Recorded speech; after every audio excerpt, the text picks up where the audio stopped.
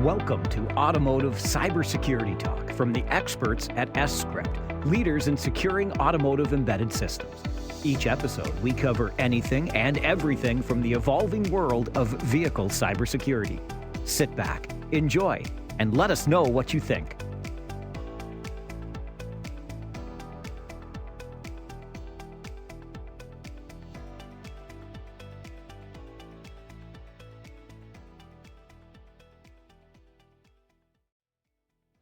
Hi everyone, welcome to the Automotive Security Talk podcast. My name is Karina and I'm very happy to be the host of another episode of our podcast. Today we will talk about Automotive Ethernet, which has been around in the industry for a couple of years already, I believe, but for me it still feels pretty new. So I am very curious to learn more about Automotive Ethernet, also how it plays together with EE architectures, with evolution of architectures, and maybe most interesting for us, how to secure Ethernet architectures. To help me and also our listeners understand more about that topic, I have invited not only one, but two experts today. Ladies first, we have Ramona Jung on the podcast, who is our lead topic leader for Automotive Network Security within the ETAS group.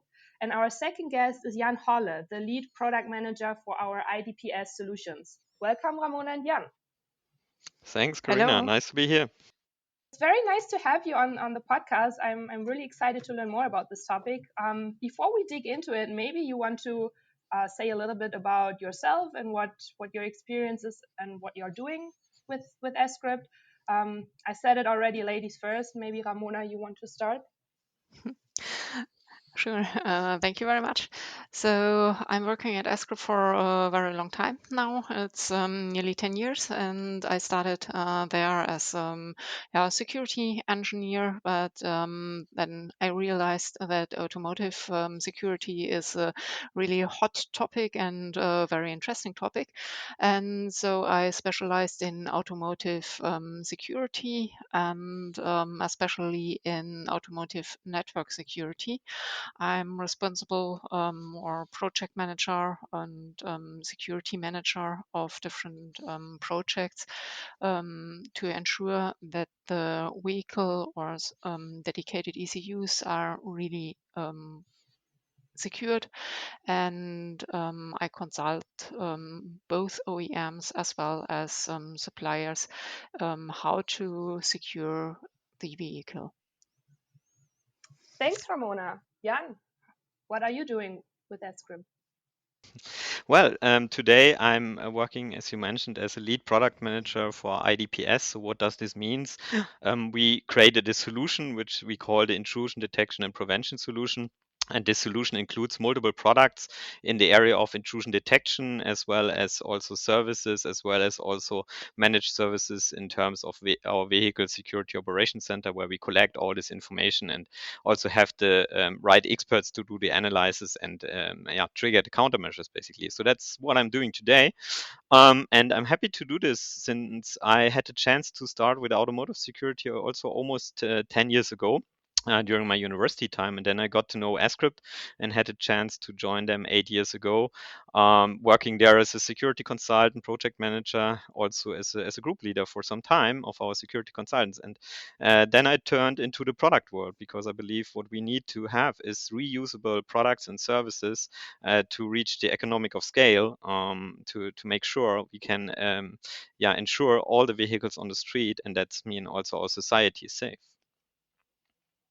Thank you so much. Wow. So both of you have more than 10 years experience. I guess we have invited the right people for this episode.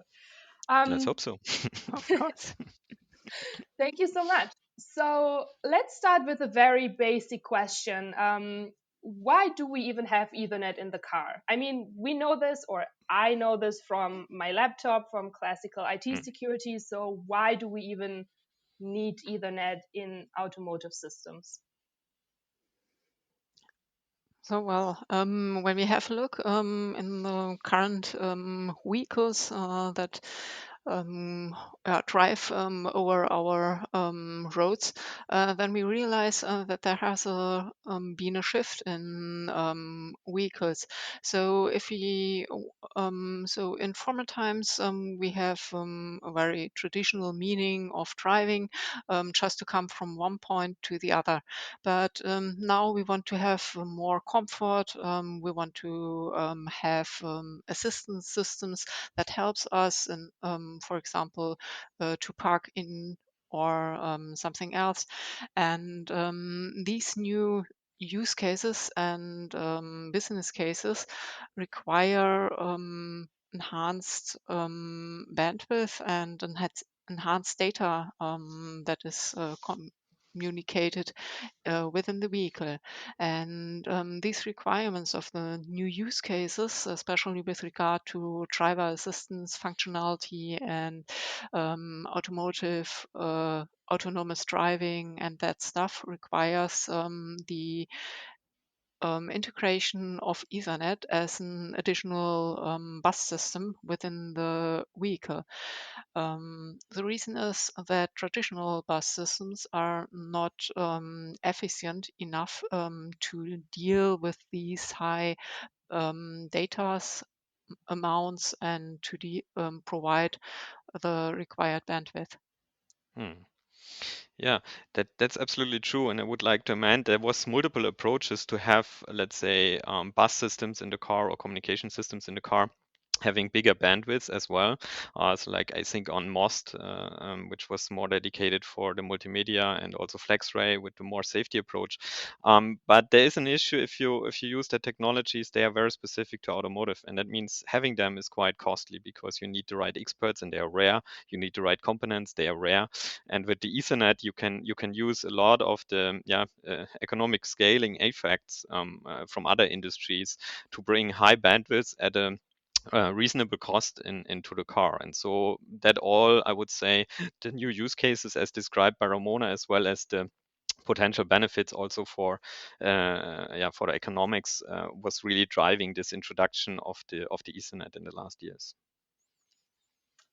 Thank you so much. That was already really interesting. So the simple basic reason why we have automotive Ethernet is it was available in other industries and someone thought, hey, let's just use it. It's proven. We can easily transfer it, I guess. Yeah, I think that was the the pretty simple understanding of a lot of people. So, okay, we have Ethernet at home, as you mentioned, in the laptop, so let's have it in the car. That's easy, right?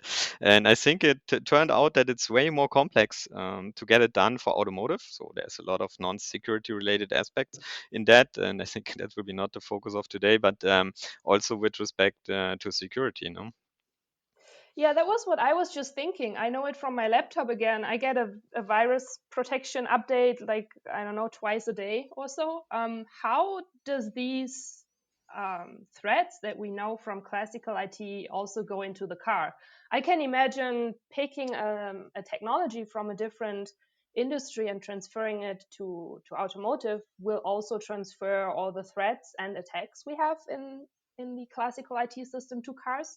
So can I just download a good, I don't know, a manual online how to hack Ethernet and then do it for my car as well? In general, this is right. So, of course, you need to adapt your attacks, for example, in order to, um, yeah, an attacker does not think, oh, I need to attack Ethernet, but what he has in mind is that he want to attack a special function or something like that. So the goal of the attacker is even higher. But within the automotive use case, the risk is even higher. So if there is a manipulation within a vehicle, it could be that there is that the driver gets hurt or something like that, and this makes it really important and crucial to implement security mechanisms against these attacks. In general, of course, very similar attacks can be executed as for the classical IT. And these attacks are, as you mentioned, publicly available. And yes, there exist kind of manuals of how to perform kind of denial of service attack, or how to hack an outdated security protocol or something like that. So this could be done within the car as well, but with a highly enhanced and yeah, higher risk. Mm. Yeah, the impact is definitely higher. And what I also recognized, maybe Ramona as well, she worked with a lot of our colleagues in that area also, is that basically the complexity of the Ethernet and IP stack is very huge.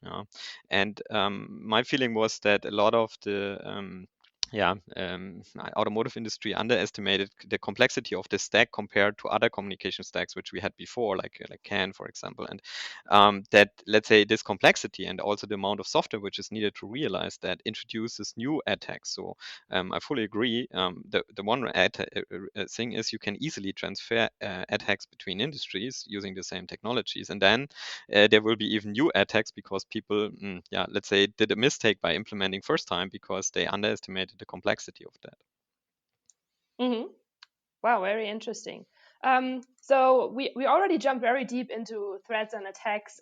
Before I would like to come to some solutions to that, I would have a question. How does automotive Ethernet affect the EE architecture? Ramona was mentioning before that Ethernet was introduced mostly to allow and enable more comfort feature assistance systems, stuff like this.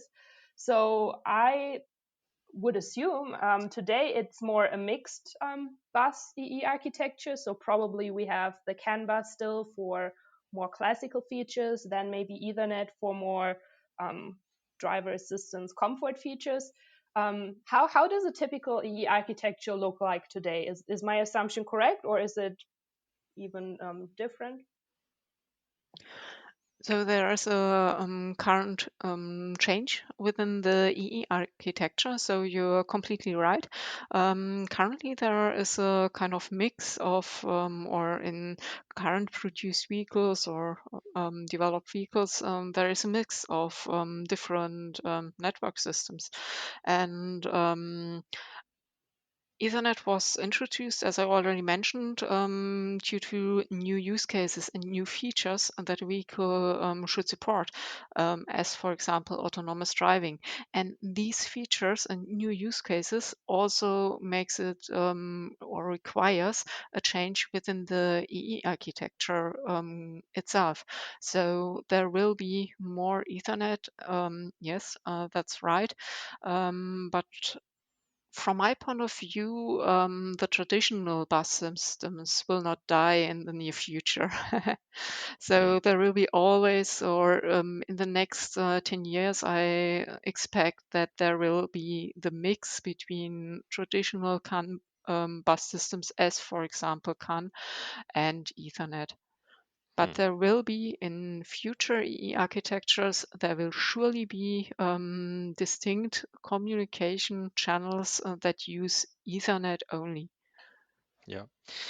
So I would say absolutely. And what comes into the picture additionally with the Ethernet is that it allows us more flexibility in the EE architecture. So the first applications had been really only in the areas where this was super needed, like camera connections or so, no? Where we need this high bandwidth. But now we have the flexibility to build new EE architectures, like for example, connecting multiple vehicle computers with an Ethernet-based backbone or so, or even looking into the central and no the zone-based architectures where we have like the features more distributed across the zones in the vehicle, which gives good savings in cable and wiring things in a car, which is also an interesting goal to reduce the carbon dioxide as well as the pricing. So yeah, I would say it was not only needed the Ethernet, but now it also pushes the industry into new or enables at least new directions for the EE architecture. But I would absolutely like to support the topic from Ramona. So there is people thinking that that all the other protocols like CAN or LIN will be gone. And I don't think so. Actually, I really believe, as Ramona said, it will be a mixture because There are certainly applications where you don't want to afford the cost of Ethernet, and you're still fine with LIN or with CAN. And having the perfect mixture, this will give you the best engineered car in the future. That totally makes sense. Even with me not having the insight into the Ethernet landscape that you have, I think keeping complexity low for some use cases totally makes sense. Um, this brings me to something else you said. So you said we will have probably different bus systems to increase the flexibility, but also that the amount of Ethernet will become more and more inside a car. So having this flexibility and within the EE architecture, I can imagine this also leads to an increasing complexity within EE architecture, having a mixed like mixed bus system, multiple bus systems, and how we, or as we know from other areas, increasing complexity usually also means increasing security threats. Would this be also true for a scenario like this?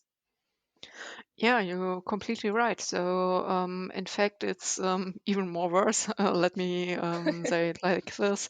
So, you mentioned only the different bus systems and the different complexity of the management of different bus systems, but even the communication principle itself and paradigm itself changed. So, in traditional automotive networks, everything was more or less static. So that means there was a pre-configured communication that is allowed or is not allowed in traditional systems. But with the integration of Ethernet, this supports the introduction of service-based communication as we know it from the internet. And this makes the management of an EE architecture and the in-vehicle communication even much more complex. And these service-based communication also offers additional threats that are possible from the classical IT and now to be exploited within the vehicle. Okay, this is very scary. So I'm glad we have experts like you that can hopefully tell us a little bit about how to secure against these threats. One question I'm particularly interested is we talked earlier about introducing well-known Ethernet threats from classical IT to cars, but there are also protection mechanisms in classical IT security, like TLS, for example. That's the most basic one that I know. So is it also easy, or maybe the question is more, is it easy or not to transfer these well-known, well-established protection mechanisms from classical IT also to a car? Implementing security mechanisms within the car may not be easy at all or straightforward. Let me tell it like this. But I know what you mean. So this is a good question, and the answer is in general, similar mechanisms can be implemented within the vehicle. That's right. As for example, TLS, there are other mechanisms as, for example, IPsec or MACsec, but these mechanisms need to be transferred within the vehicle. So that means we need to ensure that the in-vehicle requirements are fulfilled, as, for example, the high real-time requirements and timing constraints. And therefore, it is possible to implement these mechanisms, security mechanisms within the vehicle, but we need an adaptation according to the automotive requirements. Yeah, exactly. So first of all, there's hope. Yeah, we definitely can build secure cars also with Ethernet, and that's good. And the point here is exactly as Ramona mentioned, we need to adapt this to the automotive environment, and that was also a bit what I meant by talking earlier about that there was an underestimation because, as you said it right, Karina, there's, for example, transport layer security, the TLS, which we all know from our online banking, and we all believe it's pretty simple. So why should it not be that simple in a car? And Ramona mentioned some of the very huge constraints which make it complex to have it applied in the car out of the box. So actually, it's very specific what we do in the car here. Even the protocols are basically fundamentally the same. And another point which I would like to mention is the key management for such kind of cryptographic mechanisms, which also needs to be totally look different in the car and which needs to be fully automated because nobody wants to enter a password or chip card to start the system in the car, yeah, and which also needs to be totally reliable. If our security reduces the reliability or may even impact the safety of our vehicle, that's not acceptable. Yeah, so therefore there's definitely a lot of work to be done, and yeah, to be honest, that's the fun at AskScript, yeah, thinking about how to get it done in a car, yeah, and that's true for our crypto products, but for sure also for other solutions, which more goes into the network management and firewalling and so on. So I can from what you said, I get the assumption that we will have to find the good trade-offs here. What is usually also the case for other security topics.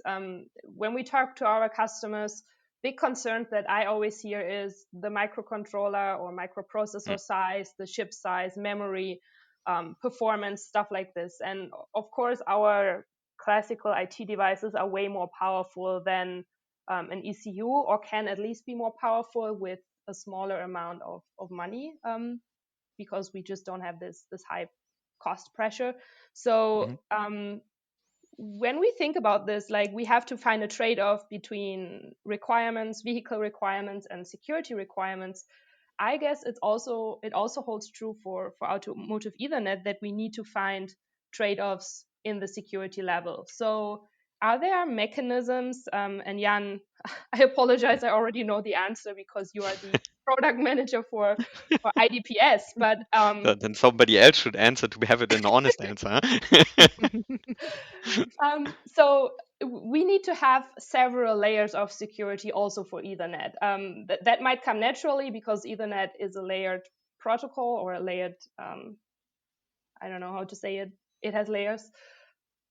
But we cannot secure it 100%. So we need other mechanisms and other tools inside the car that can help us to secure it. Is that correct? And then would you like to explain something about how an IDS or IDPS can help to enhance the security of Ethernet architectures? Sure. So let's say I believe really the IDS and IDPS is actually also relevant for sure also for the classic networks. Yeah. So already on CAN we had to make compromises. For example, applying cryptography was not always feasible, and here also the IDS is helping a lot already to basically balance the risk and versus what we can afford in terms of security mechanisms. But yeah, on the Ethernet it's the very same. So the good thing is we are in a situation where also new components are integrated into the car. And some of the new components, or actually the new component, I would say, for Ethernet is the Ethernet switches. And the nice thing with these Ethernet switches is that they are, I would call at least some of them smart switches. And that means they have some hardware acceleration features, and they have some CPU, so some computing power inside of the switch.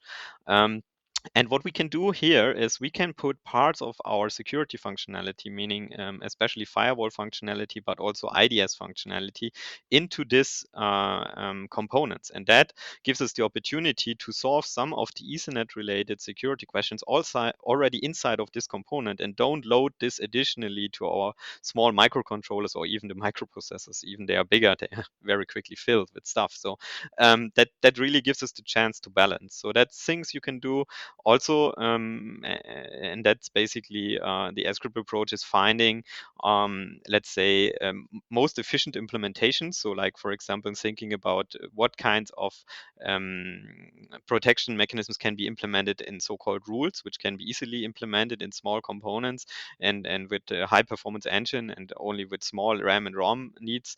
And so that is basically the areas which we can use to make an most efficient and also cost efficient solution.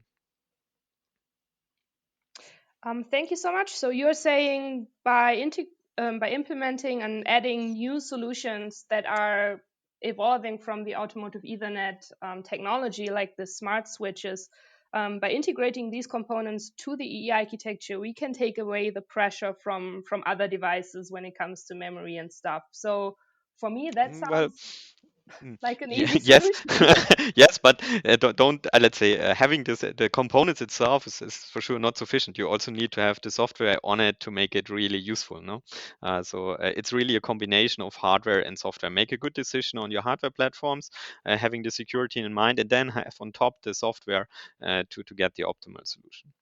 I think a very important point is also that security is addressed at the very beginning of the design of an EE architecture. So it makes or it's very hard to implement security mechanisms like this that address the hardware or the software if the project is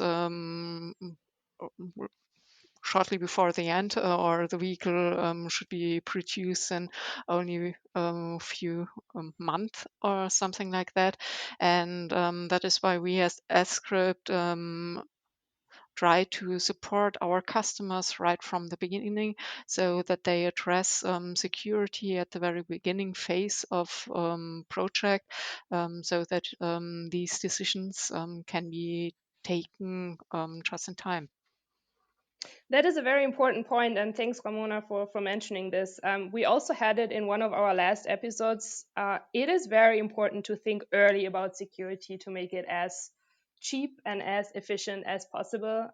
So I think this is something that we cannot stress often enough to make people think about this. And I also think if you start to think early about it, then all the threats and challenges we discussed today are not that they are still a big hustle, but there is a solution to it, right? As Jan said, there is hope. So, yeah. So, Sure. No, um, I mean, not only hope, we are confident. Yeah. So I mean, we are for sure we see the first vehicles on the street with the Ethernet. Some of them have been secured by our solutions, and yeah, definitely, it's absolutely feasible also for for an economically reasonable price and yeah, in time to get it done. Yeah, but you need to start early, as Ramona said, definitely. So, from all this discussion, what I am now very curious about is Ethernet in automotive seems to be a very powerful technology that we introduce or that OEMs already started to introduce. So, from your point of view, where do you think Ethernet can take us in the future? Can we expect any new fancy features that need Ethernet to be enabled? Can you maybe give a little outlook what your opinion is for the future of automotive Ethernet? So I think some points we already mentioned. So this is the autonomous driving, of course. So this use case will really benefit the integration of Ethernet within the vehicles. It requires it because there is so much data from cameras, from the surrounding and the environment that needs to be processed. And but there will be other interesting features in the future, so that a driver gets more information about what is going on within the vehicle, so that he can interact with the vehicle with his smartphone or something like that. There are other use cases that are based on autonomous driving, as for example, autonomous valet parking or something like that. And we at Script have a lot of experience in the development and the ongoing discussions with regard to these use cases with OEMs as well as suppliers. Mhm. Yeah, and I would also come back to something which I mentioned earlier, the so-called zone-based architectures. This is something which I'm really looking forward to. Maybe as a driver, I will even not recognize that my EE architecture changed in that way, but it changed, and this enables us to, yeah, as mentioned, save wires and make the system also more robust. And this will lead, let's say, yeah, to some cost savings. That's on the one hand side, but on the other hand side, the car will be more lightweight, and having a more lightweight car is very much helpful, especially if you think about e-mobility, like the electric-driven car, where every kilogram which you have on board is actually a problem. Yeah, and so therefore, I would say automotive Ethernet can also help us to be, yeah, more efficient with respect to the emission of carbon dioxide, drive longer distances with our batteries, and so really, let's say, has benefits, I would say, even on the ecological side. Thank you so much. So I'm excited to face a very interesting future with automotive Ethernet, and e-mobility is also a very hot topic. Maybe we will have an episode about this topic as well in the future. Why not? Yeah. So Having charging cars is also a security topic. yeah, we should bring this back to our podcast organization committee. That would be all from my side so far. I learned a lot. Thank you so much. I we started with learning about why we even need automotive Ethernet. You talked about the shift in the industry. We are adding more comfort feature, more assistance systems, and with that comes the challenge to include more bandwidth and more data that needs to be transferred. So I understood that this is the reason why we even came, not we, but why people came to the idea that Ethernet is a good technology to be introduced into cars. We talked about the higher risk of security, transferring well-known, well-documented classical attacks on Ethernet to the car, but then also dealing with the challenge of a higher risk here when it comes to safety. People might die, maybe even a higher complexity because the well-known mechanisms have to be adapted to fit automotive requirements. We talked a lot about the EE architecture and how diverse it is today already and will even be in the future. So I think, Jan, you said you are sure that the classical buses will never go away, or at least not in the foreseeable future. They won't go away. We talked about hope and the solutions that are out there to protect against these threats. So I feel a little bit better now about my new cars that I'm going to buy in the future, and about what needs to be done with security concepts, having a good hardware software co-design, making sure you pick the right hardware early on in the development process, but you also design your software in a good way that goes to maybe even new hardware features like smart switches, and that you again think about security very early in the beginning. I'm also very excited for the future. Autonomous valet parking sounds very convenient. We are all excited to see autonomous driving cars rolled out on a big scale. And yeah, so did I miss anything? Or is there anything you want to mention, what you think is very helpful for our listeners or for me? I know, Karina, you did a pretty much good summary, I think, of the things we talked about the last 30 minutes. So it was a pleasure, actually. Yes, thank you very much. Great. Then thanks again for being my guests, Ramona and Jan. It was a pleasure to talk to you. I learned a lot, so I'm really excited, and I hope our listeners learned a lot as well. This is the conclusion of our Automotive Ethernet episode. Thank you for listening, everyone, and I hope you will listen to us again in our next episode.